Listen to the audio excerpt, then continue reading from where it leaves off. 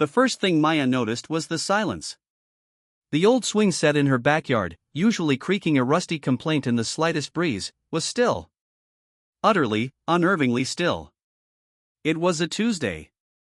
The feeling began as a prickle at the nape of her neck, the unshakable conviction that her empty house wasn't quite empty. She'd whirl around, heart hammering, to find the hallway behind her vacant.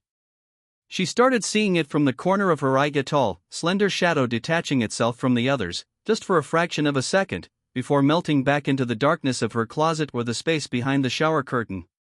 It was in the schoolyard, watching from the gap between the portables.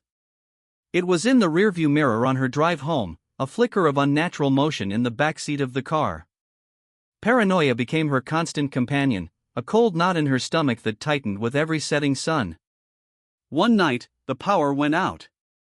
Clutching her phone, its flashlight beam trembling, she crept towards the basement door to check the fuse box. The door was already ajar, a sliver of profound blackness beckoning. And from that blackness, she heard it, a soft, dry, scraping sound. Like long, brittle fingernails slowly dragging across concrete. That was the moment the nightmare became inescapable. She couldn't leave, couldn't call for help. The thing in the shadows was no longer just following. It was inviting her in. She backed away, her breath catching in her throat, and fled to her room, jamming a chair under the doorknob. She huddled on her bed, phone clutched in her hand, the beam pointed at the door. The scraping stopped. An hour passed. Then two.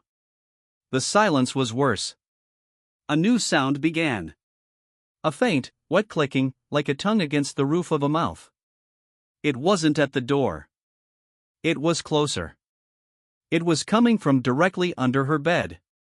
Her blood turned to ice. She didn't dare move, didn't dare look. The clicking stopped. And then, a voice, a hoarse, papery whisper, so close it could have been right beside her ear, seeped up from the darkness below. "You've been home the whole time."